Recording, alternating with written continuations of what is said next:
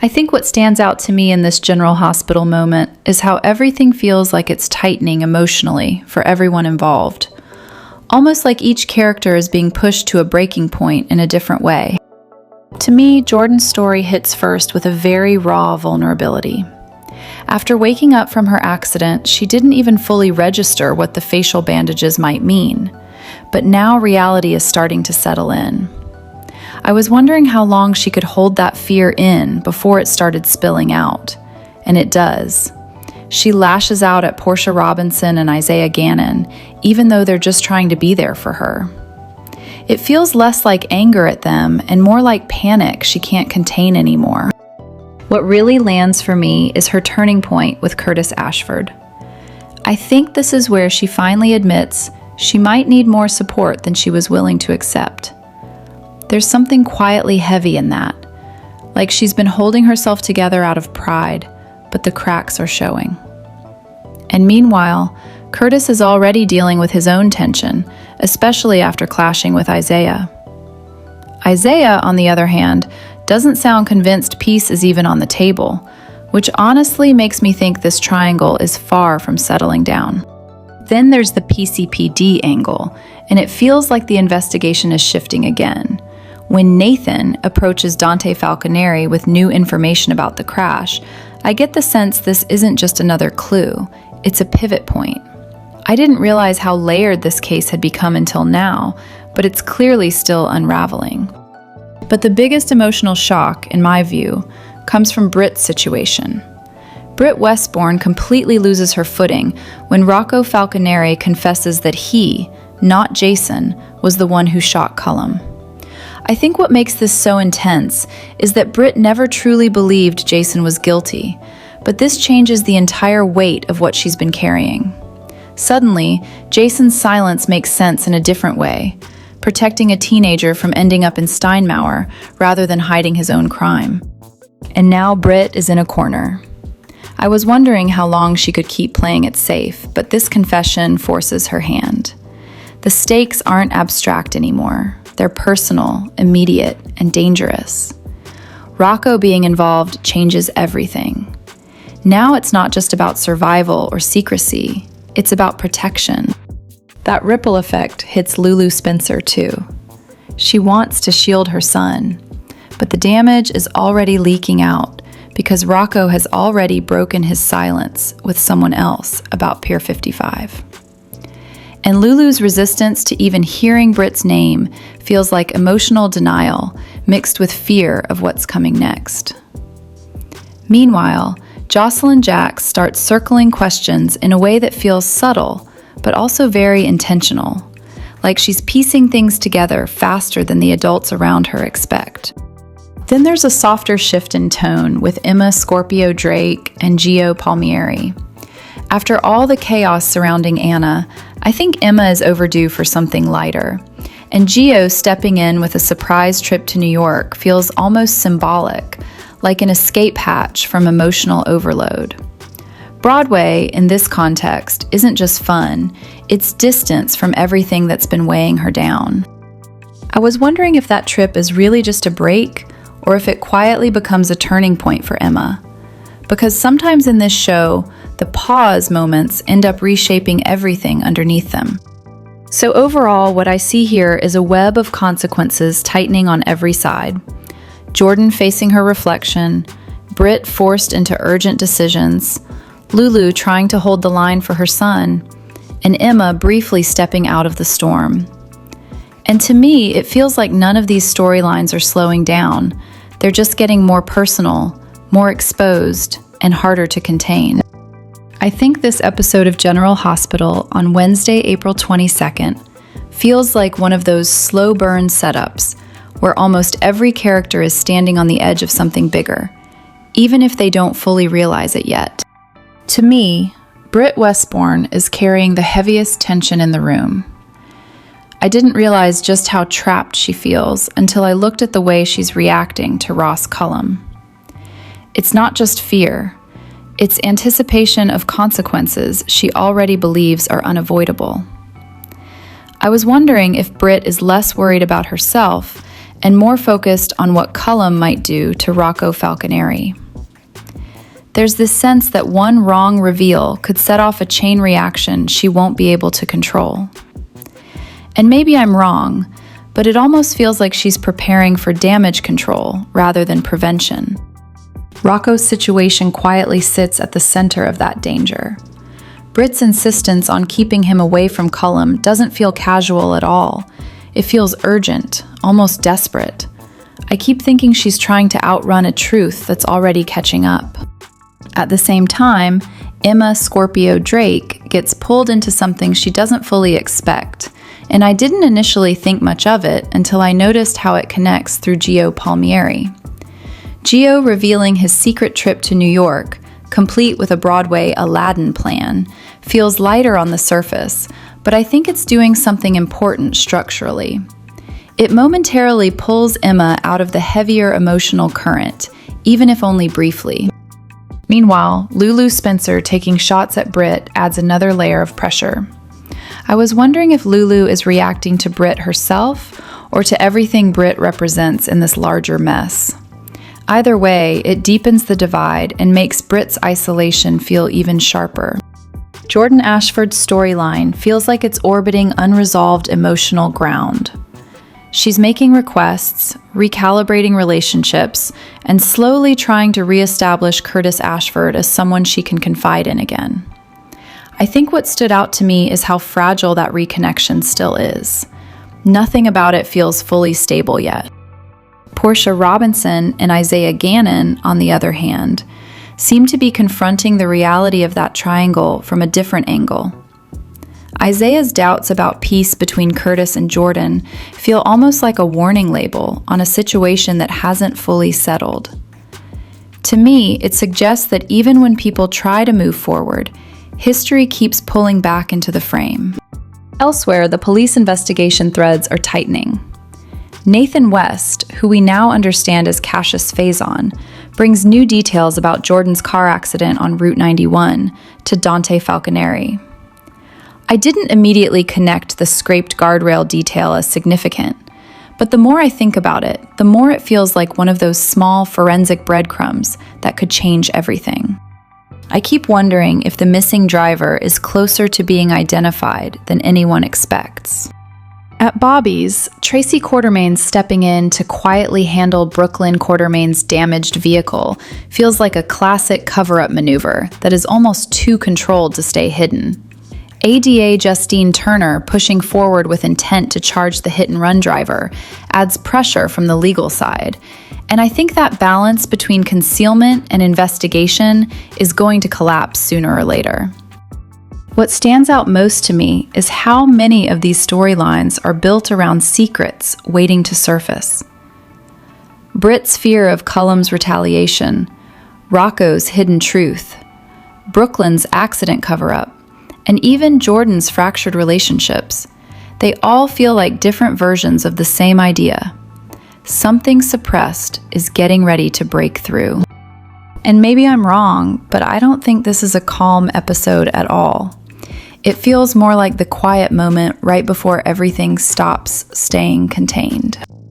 I think Port Charles is about to spiral into one of those weeks where every move feels calculated, but nothing quite lands the way anyone expects. When I look at everything unfolding from April 27th to May 1st, it feels less like separate storylines and more like a single pressure cooker slowly tightening around everyone involved. Valentine Cassadine steps right into the center of that tension with what I can only describe as a dangerously fragile plan. He moves forward with a risky strategy, and Nina Reeves ends up pulled into it, whether she fully likes it or not. I was wondering how far Nina would actually go this time, and it seems she's forced into a role where she pretends she's learned something from Charlotte Cassadine. Specifically, the idea that Valentine has a hidden meeting spot tied to his daughter. What really stands out to me is how easily information becomes a weapon here. Nina passes along the location Valentine gives her, and Brennan immediately sees it as an opportunity to finally corner Valentine. But I can't shake the feeling that Valentine isn't just running. he might be setting the entire situation up to look like a near capture rather than a real defeat. Almost like he's writing the ending himself before anyone else gets the chance. Still, that kind of control rarely holds in Port Charles. Carly Spencer and Charlotte stepping closer to the situation makes everything feel more unstable. I keep thinking Carly's instincts are going to push her into interfering at exactly the wrong, or maybe right, moment. And if that happens, Valentine's carefully balanced plan could collapse in a way that leaves no escape at all. Meanwhile, Jen Sidwell is dealing with a different kind of unraveling. Cassius Faison, operating under the identity of fake Nathan West, plants a troubling idea in his mind, that Lucas Jones might be responsible for Marco Rios' death. I didn't realize how quickly Sidwell would latch on to that suspicion, but now it seems like one of those thoughts that refuses to leave once it takes root. To me, that creates a chain reaction waiting to happen. If Ross Cullum picks up on Sidwell's theory and decides to manipulate Marco's phone, Lucas could be pulled into something he never intended to be part of. It feels like the kind of framing plot that starts quietly and suddenly becomes impossible to undo. At the same time, Cassius isn't exactly in control either. Britt Westbourne's involvement in the secret circle tied to Rocco Falconeri's shooting clearly doesn't sit well with him. And I can imagine Lulu Spencer reacting strongly if she learns that Rocco has already confided too much in Britt. I keep thinking that moment between mother and son won't be pretty. It's more likely to be a confrontation about trust than just facts. Then there's Jocelyn Jacks, who feels like she's standing on an invisible fault line. If Cullum begins to remember her presence in his ICU room after the shooting, everything shifts. That small memory could turn into suspicion, and suspicion into investigation. Brennan may have tried to bury her WSB connection, but I'm not convinced that's enough anymore. It feels like the truth is slowly working its way back to the surface, whether anyone is ready for it or not. Ethan Lovett's situation is quieter on the surface, but just as loaded underneath. He settles into his new position, working for Sonny Corinthos, while keeping his real intentions hidden. I find myself questioning how long someone can operate like that in Sonny's orbit without being exposed, especially with Rick Lansing also watching closely, trying to read between every line Ethan doesn't say. And then there's Elizabeth Baldwin, who seems increasingly unsettled by what she's seeing with Drew Kane. After visiting him and witnessing signs that something is seriously wrong, including what looks like a desperate attempt to signal for help, I don't think she can fully dismiss her instincts anymore. The more she reflects on it, the harder it becomes to ignore the possibility that Drew's condition isn't natural at all. What strikes me most is the underlying pattern connecting all of this. Whether it's manipulation, hidden agendas, or delayed truths finally surfacing, everyone in Port Charles seems to be operating just a few steps away from a major collapse. And I don't think this week is about resolution. It feels more like the moment right before everything breaks open at once. I think this episode of General Hospital is one of those layered days where almost every corner of Port Charles feels emotionally overloaded. Like everyone is trying to hold themselves together in completely different ways, and mostly failing in private. At the hospital, Curtis feels like he's constantly being pulled between responsibility and emotional distance. I noticed how he ends a call with Jenny and immediately shifts into planning another meeting, like there's no real pause for him anymore. When he sees Portia and Gannon together, and Portia casually mentions the baby's 95th percentile, it should be a joyful moment, but instead it lands with a kind of quiet tension. I think what really stood out to me is Curtis's reaction to the sonogram situation. He's not just upset about missing an image, he's upset about being emotionally sidelined again. And Portia's assumption that he'd automatically defer to Jordan says a lot about how tangled their relational boundaries still are. The small agreement they make, next time just ask, feels less like resolution and more like damage control. Then we move into Jordan's room, and the emotional temperature spikes fast. I didn't realize how fragile Jordan's coping mechanisms really were until she starts dismantling everything Gannon says. Felicia trying to offer a trauma support group feels like a very real, grounded attempt at care. But Jordan shuts it down immediately, insisting she'll be fine, which is usually the first sign that she isn't.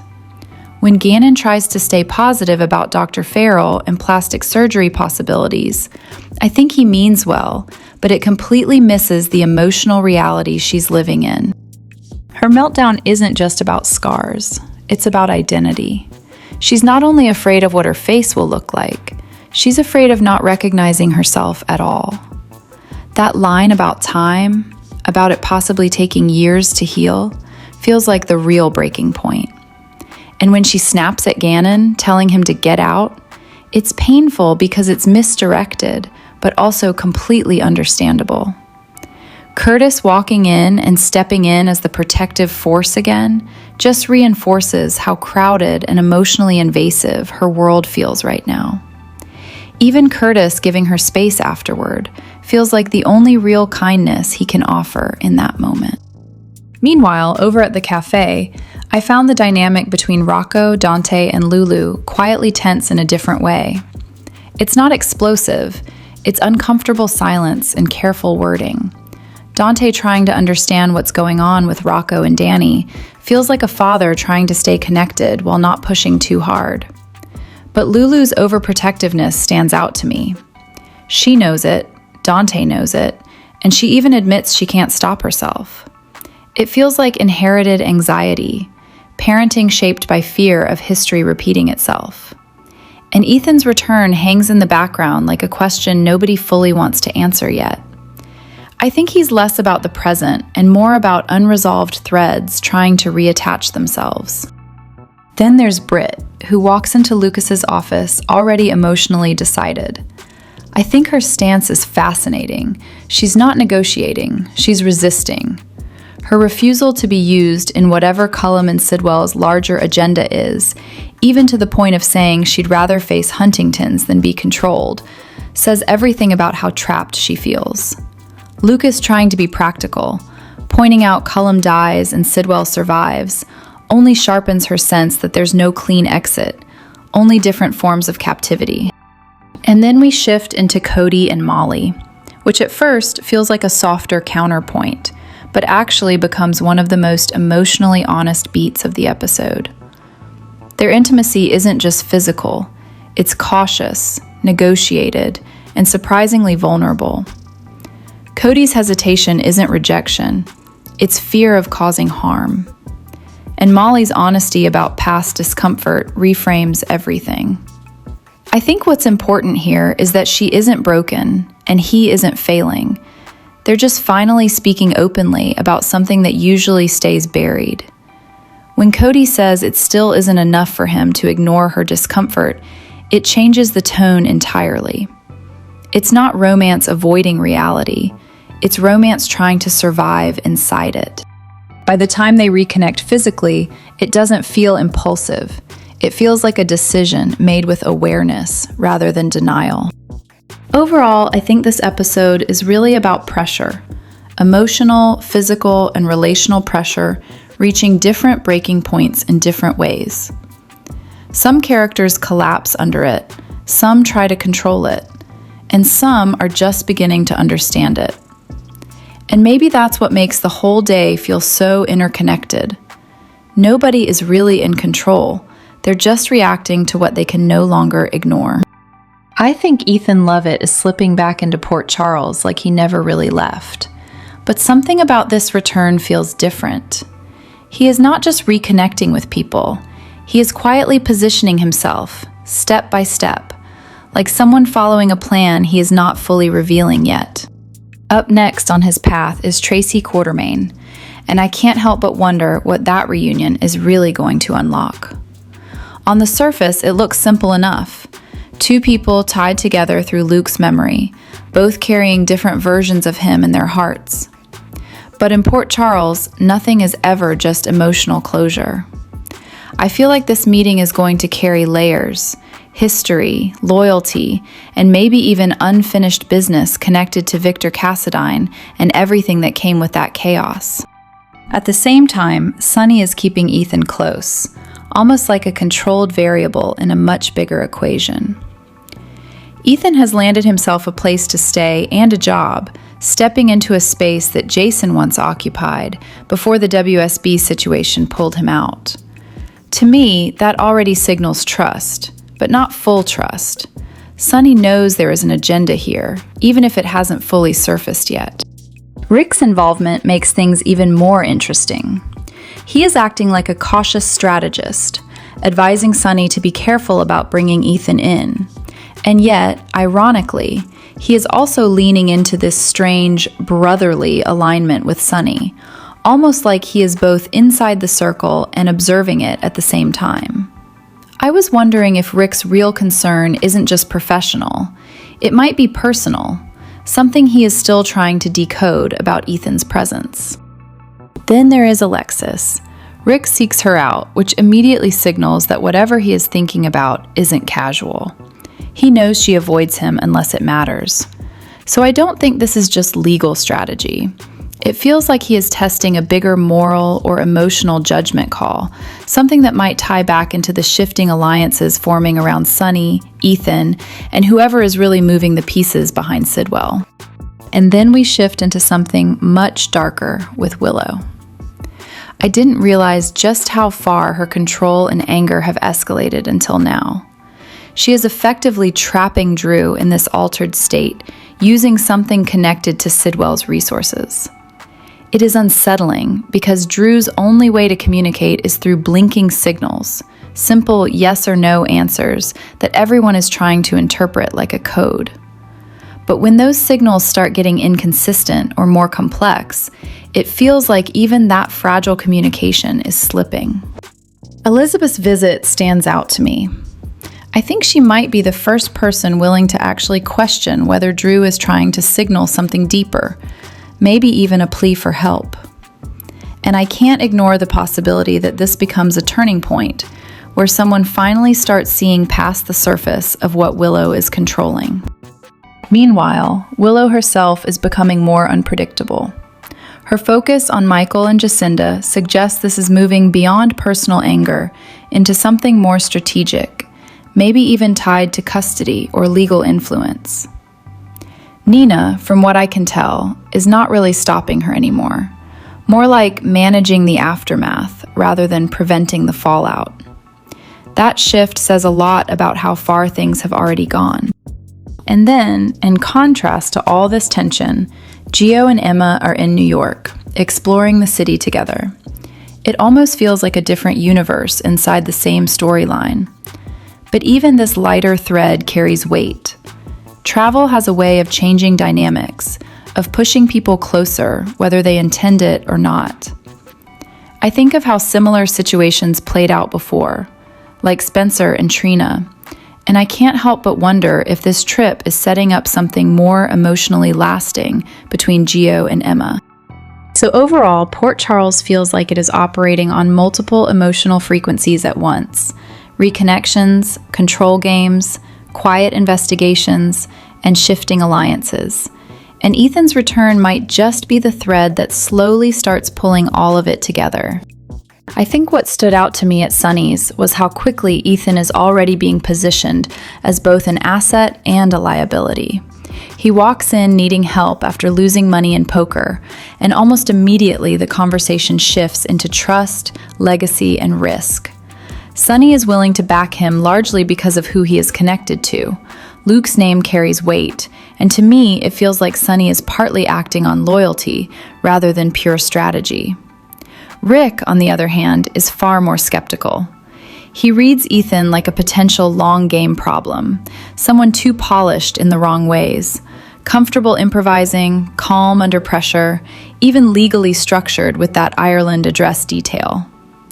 It's interesting because Ethan doesn't exactly deny any of it. He just presents himself as adaptable. Rick sees danger, Sunny sees opportunity, and Ethan quietly benefits from being in the middle of that tension. I was wondering while watching this exchange whether Ethan is genuinely trying to rebuild or if he's already testing how far he can push into Sonny's world. The decision to bring him in, despite Rick's objections, says a lot. Sonny chooses proximity over caution. The idea seems simple on the surface. Keep your potential threat close so you can read him. But in practice, that kind of strategy always cuts both ways. Meanwhile, at GH, everything shifts into something far more psychologically heavy. Rocco stepping into Cullum's room carries this uneasy innocence at first. Just a kid doing something as ordinary as bringing a pillow. But the moment he freezes, you can feel the weight of recognition hit him. Seeing Cullum there collapses whatever distance he might have had between what happened and what it means. Britt's presence makes it sharper. She's immediately protective, almost controlling the situation, pulling Rocco away under the excuse of peds and story time, only to redirect him somewhere more private and serious. To me, the chapel scene is where things truly fracture for Rocco. Britt trying to shield him is one layer, but his confession changes the entire emotional direction. He doesn't just know about violence in theory, he admits he was there, that he shot Agent Cullum. That kind of admission from someone his age shifts everything into moral fallout territory rather than mystery. Britt's reaction, her shock, her realization, feels like the moment she understands she's no longer just managing information, she's managing consequences. At the same time, Dante's check-in with Cullum adds a procedural calm that contrasts heavily with what just happened elsewhere. Cullum sticking to his report, refusing to elaborate, keeps everything contained on the surface, but underneath it feels like multiple truths are being carefully sealed away rather than resolved. Elsewhere, Curtis confronting Gannon carries a different kind of emotional charge. Less about secrecy, more about impact. Curtis is direct, almost uncompromising, blaming Gannon for Jordan's pain. Gannon apologizes, but Curtis isn't in a space to accept it. His boundary is simple: stay away. It's protective, but also final in tone. And then Jordan's thread brings it all into a quieter, more personal place. Her physical vulnerability, walking with the IV, refusing help, mirrors her emotional stance. Even when Portia tries to step in, offer water, or call Curtis, Jordan resists it. What she pushes back against most isn't the care itself, but what it represents: pity, obligation, emotional imbalance. Her line about whether this is what it took for Portia to be civil hits like a boundary being tested rather than a simple argument. I think in that moment, Jordan isn't just reacting to pain. She's rejecting the idea that suffering should determine how people treat her. Taken together, these threads feel unified by a single undercurrent: trust under pressure. Whether it's Ethan being evaluated by Sonny and Rick, Rocco grappling with what he's done, or Jordan resisting emotional vulnerability, everyone is being forced to confront what happens when control slips just slightly, and how quickly relationships, loyalties, and self-perception start to shift when it does. I think what's happening with Christina Corinthos Davis and Ethan Lovett on General Hospital feels less like a simple romantic tease and more like one of those slow, complicated narrative pivots that soap operas tend to use when they're testing audience reactions in real time. When I look at their recent scenes, especially the April 20th exchange, I didn't read it as just casual nostalgia. It felt loaded with history that the show suddenly decided to reopen, even if only for a moment. Christina admitting she once had a huge crush on Ethan, and Ethan remembering her childhood declaration that she would marry him someday, creates this interesting emotional echo. It's playful on the surface, but underneath it, there's something more delicate, like the writers are reminding us these two have always existed in each other's orbit, even if never fully aligned. Then comes that line from Christina that really shifted the tone. She acknowledges she's older now, self-aware enough to reflect on who she used to be, And then she draws a boundary. Her type has changed. I think that moment is where viewers split into different interpretations. To me, it doesn't feel like a clean rejection of Ethan, as much as it feels like the show deliberately closing a romantic door, at least for now, while keeping the emotional connection intact. And that's where the debate really ignited online. Some viewers immediately read it as a friend zone moment, almost a soft shutdown of any Ethan-Christina romantic path. Others, though, are still holding on to the idea of a slow burn build, where this kind of dialogue is just the groundwork before something shifts later. What complicates everything further is Christina's broader romantic history and how the show has framed her sexuality over time. There have been relationships with men, but also deeply significant emotional and romantic tension with women, like her kiss with Valerie Spencer and her complicated connection with her professor, Parker Forsyth. I think the writing has often leaned into fluidity without always locking it into a single, consistent label, which naturally leads to confusion when different episodes seem to emphasize different aspects. I didn't realize how strongly that inconsistency would echo into fan discussions until recent years, especially when Christina herself has referenced identifying as bisexual at one point, and later dialogue and interviews leaned more openly into her being a gay character. That shift in framing is exactly why some viewers are now calling what they see bi erasure, especially when a potential male pairing is teased and then seemingly stepped away from. At the same time, there's another layer the show is quietly building: Christina's apparent interest in Jacinda Bracken. It doesn't feel fully resolved yet, and I think that's intentional. The writing leaves enough ambiguity that viewers can interpret her emotional direction in multiple ways, depending on what storyline they're invested in.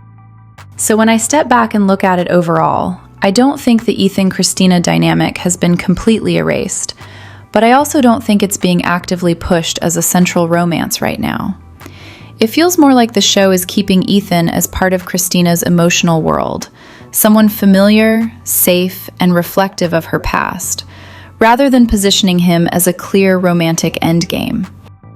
Maybe I'm wrong, but soap storytelling rarely closes doors this cleanly, unless they want them reopened later.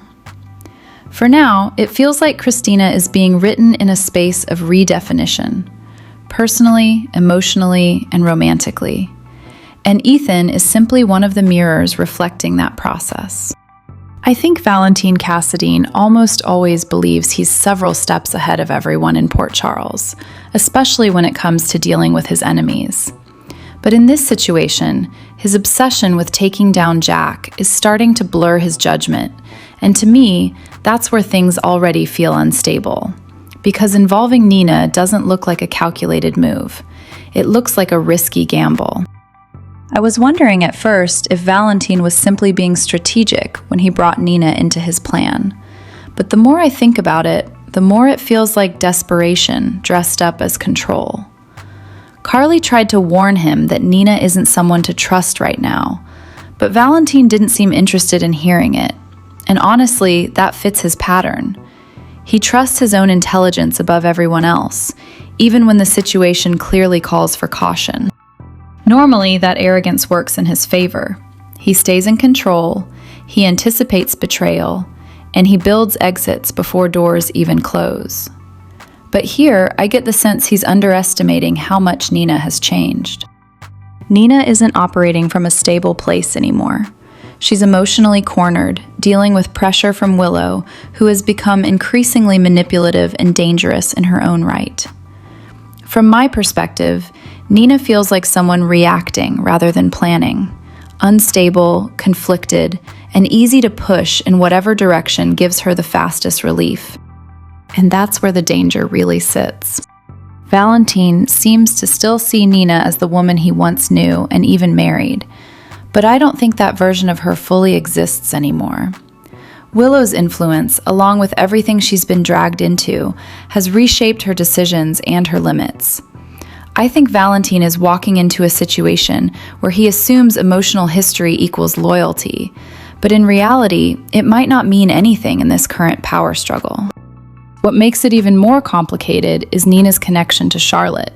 If she feels cornered enough, I wouldn't rule out the possibility that she could use that bond the same way others in Port Charles use leverage, especially if she believes it protects Willow or gives her control over the situation.